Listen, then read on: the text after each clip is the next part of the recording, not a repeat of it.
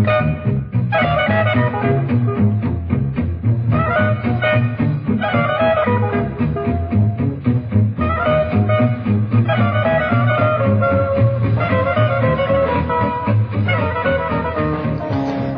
and welcome everybody. Today we are going to continue the second part of the Albin's counter gambit variation. And just remind you a bit, after d4, d5 and c4 white is just suggesting the queen's gambit when we are answering with the powerful counter attack. e7, e5, trying to break white center and to open diagonal for our bishops and file for our rooks.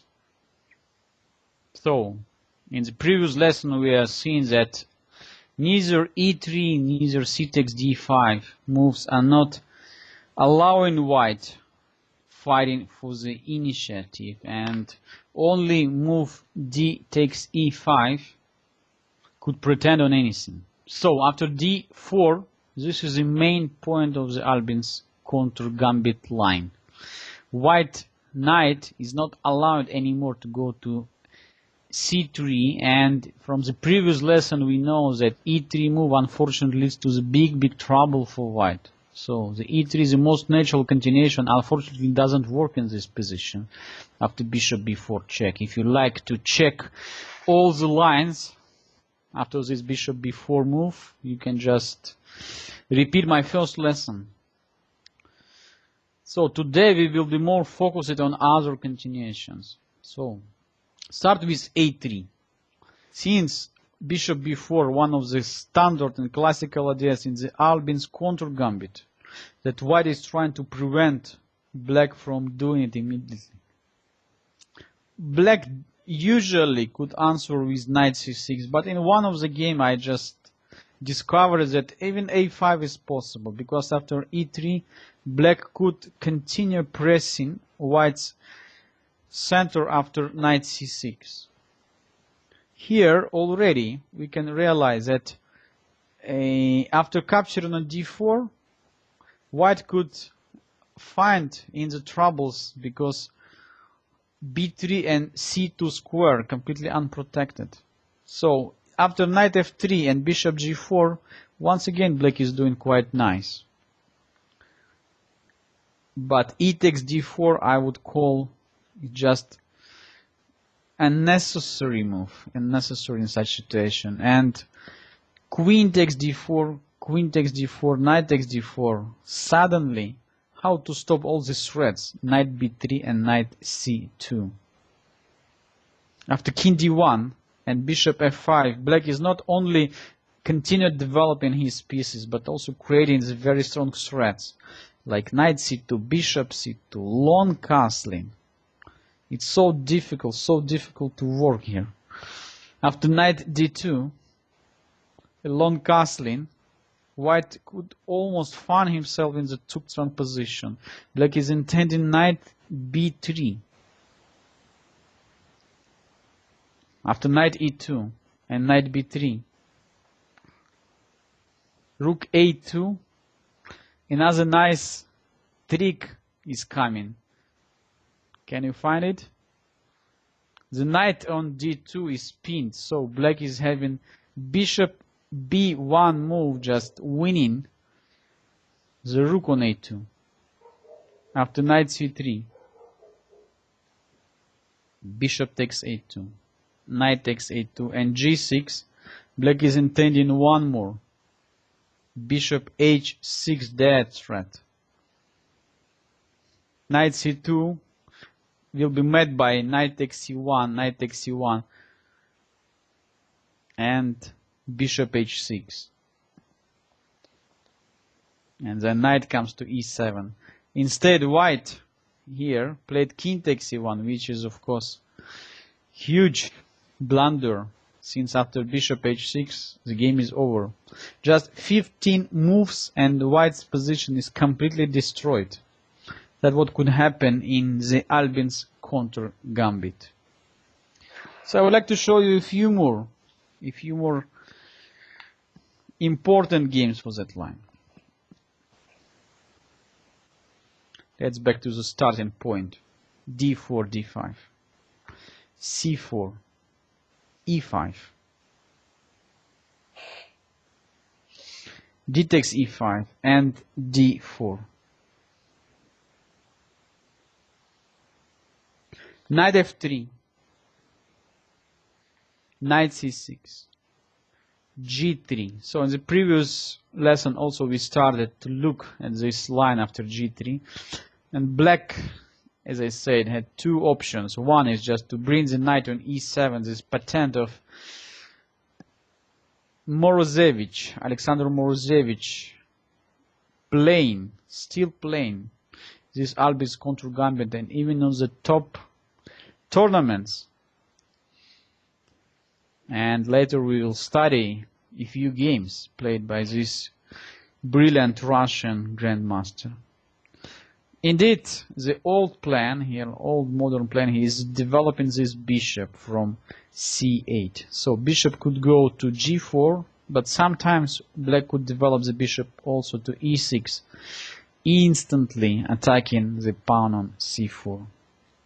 After b3 and queen d7, black is already ready for long castling, not only supporting the d4 pawn, but also creating the threats h5 and h4, trying to break white's structure on the king side and to open h file. Bishop g2, bishop h3. Important to exchange this light square bishop, because white's light square bishop could be very active piece, not only for controlling the important d5 and e4 square, but in many variations this bishop supporting white's queenside attack. Short castling, bishop take g2, king take g2, long castling, bishop b2. So white is still keeping the extra pawn, but black is having very strong initiative. h5, already intending h4.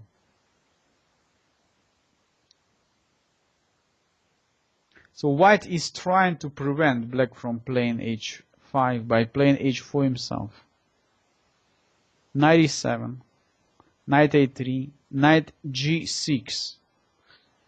So intending just to capture knight g takes e5, and with the material equalizing, black is still keeping quite unpleasant pressure in the center. So white did not get rid of this e5, this d4 pawn. Knight c2. And one more very standard way in this position for developing initiative on the king side is queen g4 move. So the g3 pawn is a great target. So black in some lines intending knight f4 with the check. Still e5 pawn is under attack. So bishop could go from f8 to c5. So pay attention that black prevents white from capturing the pawn on d4, because if you capture, and capture, that after c5 you have to say goodbye to your knight. So when pawn on d4 is untouchable, what can we do? Queen d2. White is trying maybe to exchange queens after queen g5. But here comes the decisive, shocking move. d4, d3. Breaking into the white's position. Breaking through. Suddenly, only now white realized that e takes d3 will be losing immediately after short rook takes d3. So it's no way to eject this queen from g4. After queen takes knight f4, the game is over. Thanks to this pin, white is losing the full queen. What else to do? Queen e2, same line, knight f4 check, and game is over.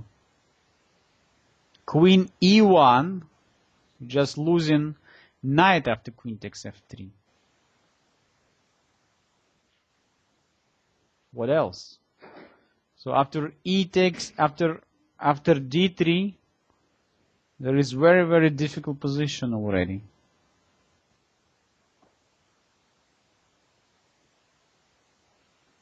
Knight c to d4 played. D takes e2.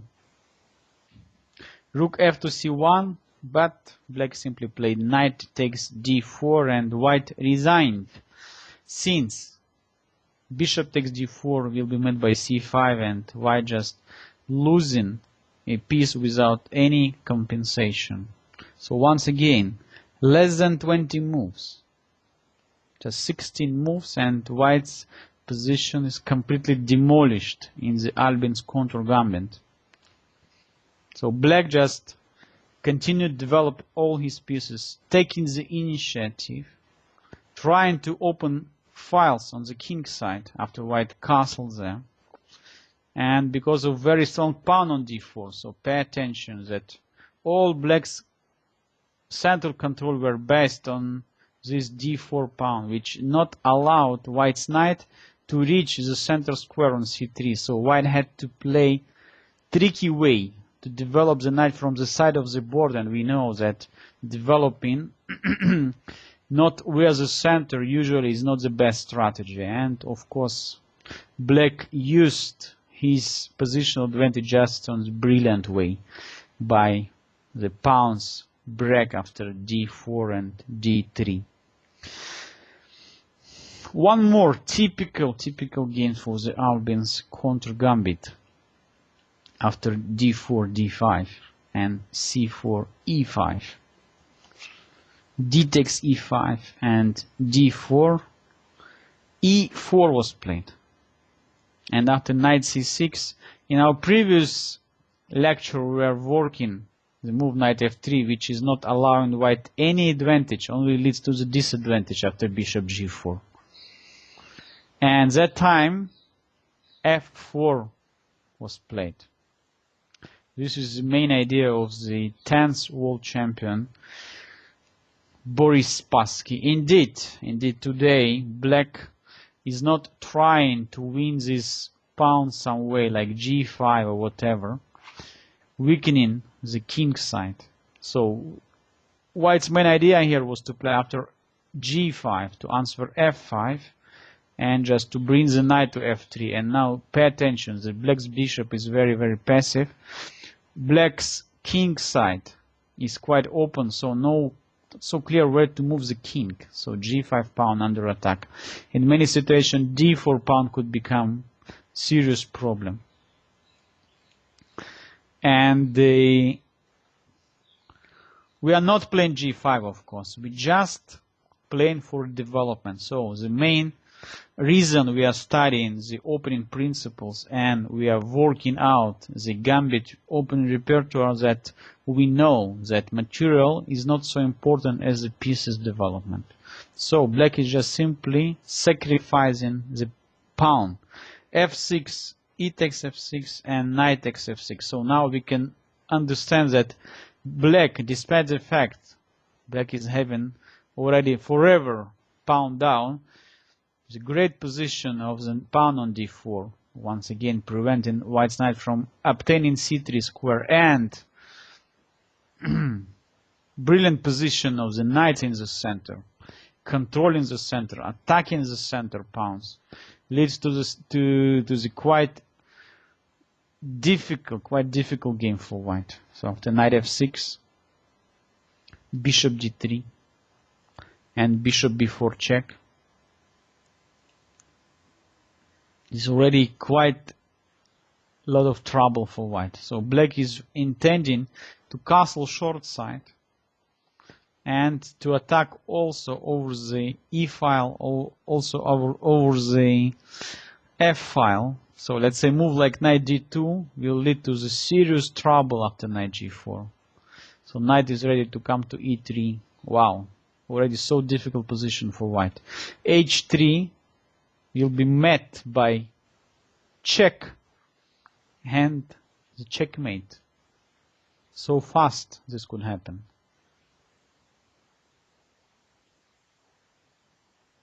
So white tried to play in this position, king f1, but short castling. X-ray of rook on f8 and the king on f1. So some combination will happen very soon. Knight f3. Develop actively one more piece, bishop g4, intending knight on f3. h3. Bishop takes f3. Queen takes f3. Pay attention, and white mostly played in this game only with the pawns, not with the pieces. So the punishment is coming. Knight e5. Double attack. So just like a fork. White cannot accept this Greek sacrifice because after knight h5 the queen is gone. Not talking about the threat, additional threat of knight g3. So we have to move queen away after queen d1, but black come with another move, knight h5, also freeing the diagonal for the queen, also intending knight g3 with the check. All the black pieces in the game. Queen takes h5 will be met by knight takes d3 and f4 pawn is gone with the decisive positional advantage for black. Not talking about the bishop on c1 which is hanging. So white is trying other ways, king g1, but this of course hopeless. Knight takes f4, bishop takes f4, rook takes f4. Black is not only having huge positional advantage, better development, control of the most important squares in the center, and a strong pawn on d4, and of course all the dark square in the black's hands. So just bring the queen h4 or f6 and completing the attack with rook f8. a3. Possible to move away the bishop, but in such a position when all the black pieces are looking towards the king side, we have usually to decide the game with the combination. It's not so difficult to find it. Queen h4. Bishop e2. Bishop e1. So one more piece coming into the attack. So threat is bishop f2 and queen g3. Or bishop e3 and bishop f2 and bishop e3. So this way game finished. Check. Now if king comes to h2 then queen g3 and checkmate. But doesn't help. Move like king f1 because after bishop e3 only answer is knight f3 but queen f2. Checkmate. Less than 20 moves. Less than 20 moves. So that way things could so fast and mate could so fast come into the Albin's counter gambit line. So be very careful. By the way, one of the game played by Emanuel Lasker also continue with a3 line. So let's look at it. So once again, Emanuel Lasker playing is the German simultaneous tour in 1984 after d4, d5, c4 and e5, d takes e5 and d4, a3, knight c6 and bishop f4. Lasker answered with knight to e7, intending to bring the knight to g6. Bishop g3, and in that case knight comes already to f5. Once again, intending knight takes g3 and knight takes e5. Queen d3, white is still trying to protect his pawn on e5, with the idea after knight takes g3 to capture with the queen on g3. Queen g5. Look at that.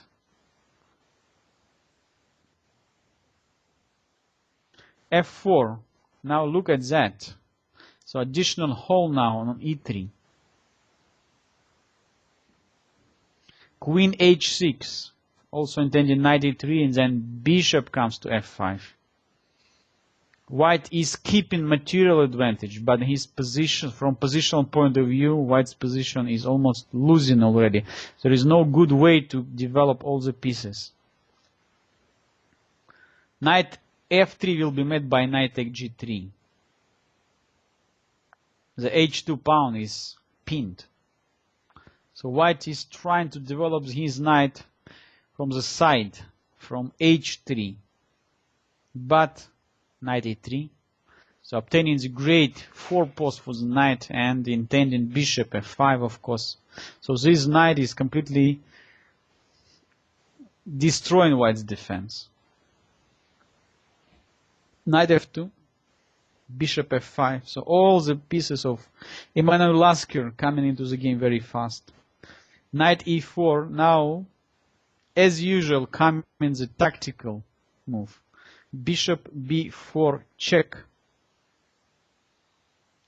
The problem is that after a takes b4 and knight takes b4, knight c2 is coming, and at the same time bishop takes e4. So White never could touch the d4 pawn because check, and the game is over. The queen is gone immediately. So after bishop b4, White even cannot capture the bishop. Knight b d2. Bishop takes d2. King takes d2. And last move in the game, queen g6. Finally, black is reaching not only positional but also material advantage. So the e4 knight is gone. The game is over. So it's quite great game played by Second World War champion Emanuel Lasker in the simultaneous exhibition 1904. And finally, I would like to show you one more game, which played already not between so good player. Indeed, all the ideas are so important to study and so useful. d4, d5, c4, e5, d takes e5 and d4, knight f3, knight c6. And in this game, for the first time, we see that White is playing bishop f4, bringing the bishop for protecting the e5 pawn. And now White is trying to be ready after bishop b4 to play knight b d2. Then pawn could go to g3, maybe bishop comes to g2, then short castling. How black should react? First of all, when bishop is on f4, knight e7 is quite important move. After knight comes to g6, or black could capture this bishop, exchange, or the e5 pawn would become real trouble for White's position. So once again, if bishop comes to g3, we can use the idea of Lasker with knight f5. Once again attacking this pawn on e5, or even bring the bishop first after bishop g4 and only then to play knight f5. So black has here quite a number of choices. Indeed, after bishop f4 and knight e7, White saw that the bishop cannot reach anymore the b4 square, so maybe it's time to attack the position in the center after e2, e3. Knight g6. White cannot capture the pawn on d4. There is no time for removing this d4 pawn, because after e takes d4, of course, the bishop on f4 is hanging. Knight takes f4 simply. So what to play then? Bishop g3 will be met by bishop b4, very unpleasant. And then, after knight b d2, capture, and bishop g4, wow. Just after opening moves, black is already having great initiative and quite difficult position for White. All black pieces in the game. Pay attention how strong bishops. The e5 pawn is gone very soon. So, I guess after a long consideration, white decided to move the bishop forward. Bishop g5. This move cannot be recommended, of course. Indeed, white played extra move with the same piece in the opening, which we know is not allowed according to our opening principles. And this bishop g5 move, of course, should be punished. f6. So black is playing very aggressively, very powerful moves. So without doubts, we just sacrifice the pawn. Bishop comes to h4, and finally brings the bishop to b4. Check. Knight bd2 and bishop g4. Another threat. So all the time black is intending something. So black is aiming knight takes h4 at the same time after bishop g4. The knight on f3 is pinned. Bishop g3. D takes e3. F takes e3. Queen e7. Not only intending the e3 pawn, but also threatening long castling. Pay attention. This, in that case, knight on d2 will be just gone. a3. Trying to get rid of this bishop on b4, but queen takes e3. Check. Queen e2, and suddenly white missed that after bishop takes d2, there is no time for recapturing with the knight. Oh my god, the e2 queen is gone in that case. Bishop takes e2 and the game is over. King d1, and once again black simply answered long castling and forced white to resign. The game is over. Just 15 moves and white had to call it a day. How it happened? What exactly happened in this game? Pay attention. White just made one mistake, I would say. Played after e3, played bishop g5. Second move with the same piece, and was white just didn't find any way then to defend his position. So black initiative just followed by the decisive threats over the white's king, which was situated in the center for the long while. So it's so important when you play the opening line just to follow the principles. Don't play with the same piece twice in the opening. Don't try to start unprepared attack. Try to develop all your pieces rapidly and castle quickly. Also, once again, we can see that white lost the game because the king was in the center.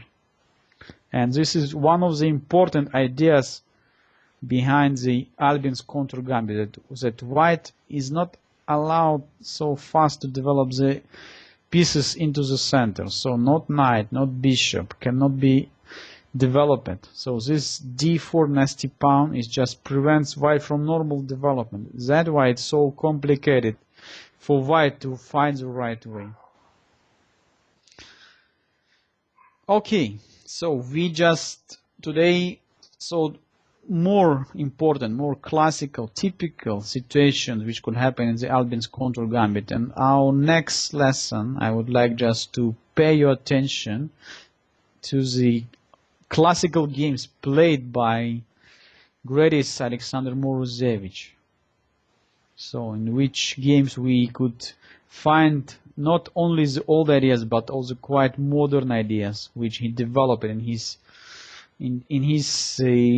chess preparation, of course. And he played, and he's still playing, this Albin counter gambit in many different top chess events include Weekend Z tournament, Monaco tournament, against the top chess players like Luke Van Veli, like Ivan Sokolov, so the top grandmasters, and he never scares to play it. So he still continue playing the Albin's counter gambit, and not always his opponents could find the right way how to contradict against his brilliant ideas. Even once, well-known Boris Gelfand, the top 10 player, didn't find the way how to stop the initiative of Alexander Morozevich in Albin's counter gambit. I'd like to thank everybody for watching my lectures of the Gambit Guy, and with this second part of the Albin's Gambit, if you have any question regarding any opening which we already studied, you can contact me on my webpage www.chesslessons.wordpress.com. Thanks for everybody, and see you next time. Bye.